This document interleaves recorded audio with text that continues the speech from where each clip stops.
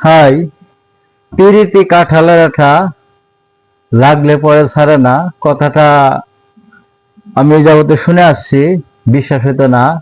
তো ওই কথা আসলে বিশ্বাস করাম তো না। যাদের জীবনে সত্য সত্য আসলে প্রেম হয়েছে তারা এই কথাটা একমাত্র বুঝবো।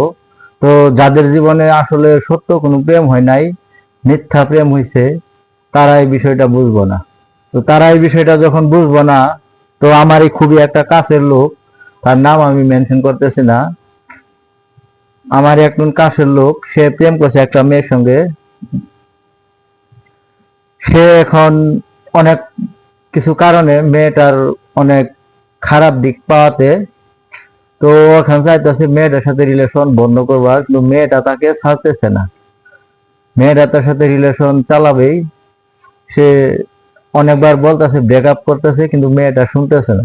মেয়েটা বলতেছে না, আমার তোর সাথে রিলেশন, তোকে আমার চাই। তো সংসার গুলো তোর সাথে না করলো, অন্য কারোর সাথেই ন, মানে এক কথায় আমার সেই কাছের লোকটারে খুব চাপে রাখছে। তো যদিও মেয়েটার আসলে আহামরি ব্যবহার আচরণ তেমন সুবিধাজনক না।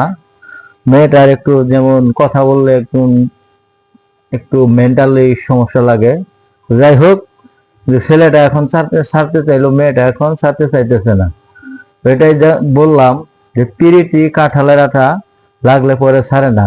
তো আপনারা যারা অবশ্যই প্রেম করতেছেন বা প্রেম করতে চাইতেছেন, বেশভাবে যারা প্রেম করতে চাইতেছেন, আপনারা খুব দেখে শুনে বুঝে শুনে প্রেম করবেন, যেন কাঁঠালের আঠা না হয়। আর কাঁঠালের আঠা হইলে এটা ছুটানো খুব মুশকিল, ছুটানো যাবে না সহজে। আর কাঁঠালের আঠা হলে এই সমস্যা, আঠা যদি না ছাড়াইতে পারেন, ওই আঠা কিন্তু শরীরে ঘাও বানায়, পেঁচার ঘাও ঘাও বানায় দেয়। তো যদিও আঠা খুব খারাপ, সহজে লাগানো যাও না, কারণ আঠা না ছাড়াইলে শরীরে ঘাও হয়ে যায়।